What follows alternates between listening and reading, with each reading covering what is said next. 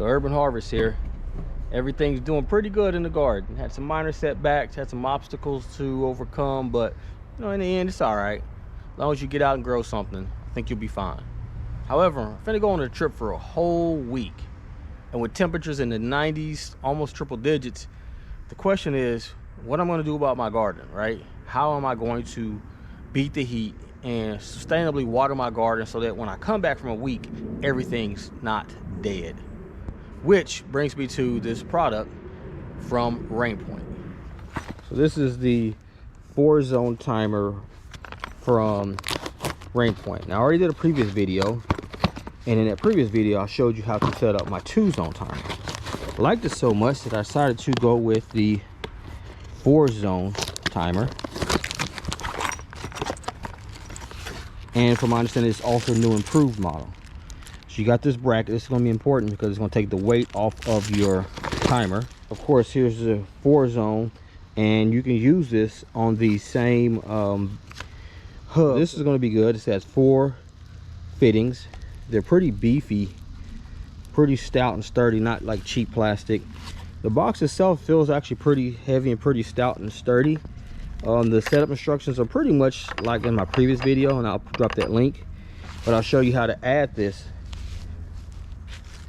It also comes with your typical another filter in case that one gets clogged up, and some Teflon tape, which is extremely important. And then you got your bracket. You're going to need for this bracket, they give you screws, but more than likely if you're screwing into brick, you're going to need some brick screws. And what I'll do is I'll show you how to add brick screws to your water valve so that all the weight's not pulling on the valve, because with 4 hoses, it's going to be pulling on it. You don't want it pulling on it and causing that fitting to prematurely fail. They also, looks like they upgraded the main fitting to a brass fitting, so it's going to be a little sturdier, because again, all your weight's going to be pulling on that main point.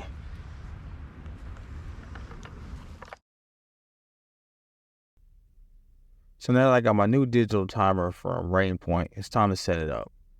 So the setup is pretty simple on this one. This one is not a Bluetooth operated one. It is actually a digital one, come to find out. So this one, I'll just hook it up to the water hose, and again, make sure you have Teflon tape on all your connections, and that all your connections have washers inside of them, otherwise you will get leaks. Once I hook it up, now it's time to set it up.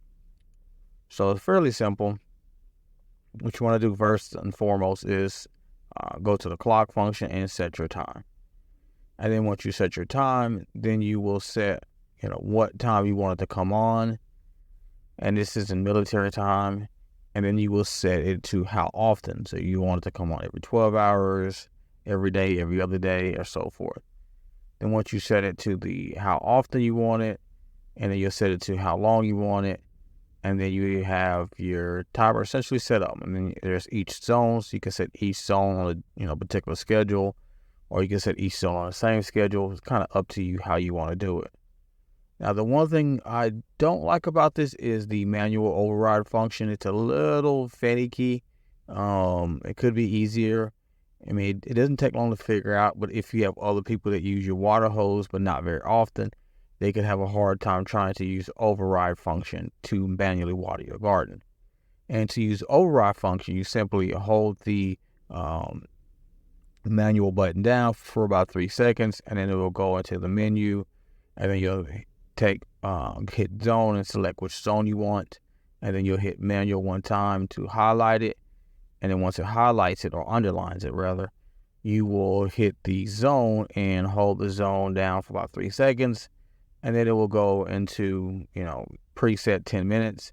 And then as you wait for a few seconds, and then the valve will click on and will go to the manual override. And if you want to, you can have it manual override for longer or less. So long story long, I really like the digital timer. Like I said, mode. I really wish it was Bluetooth, so I will be looking into that in the future. But I do like it, and it allowed me essentially to water my garden while I was gone for a whole week.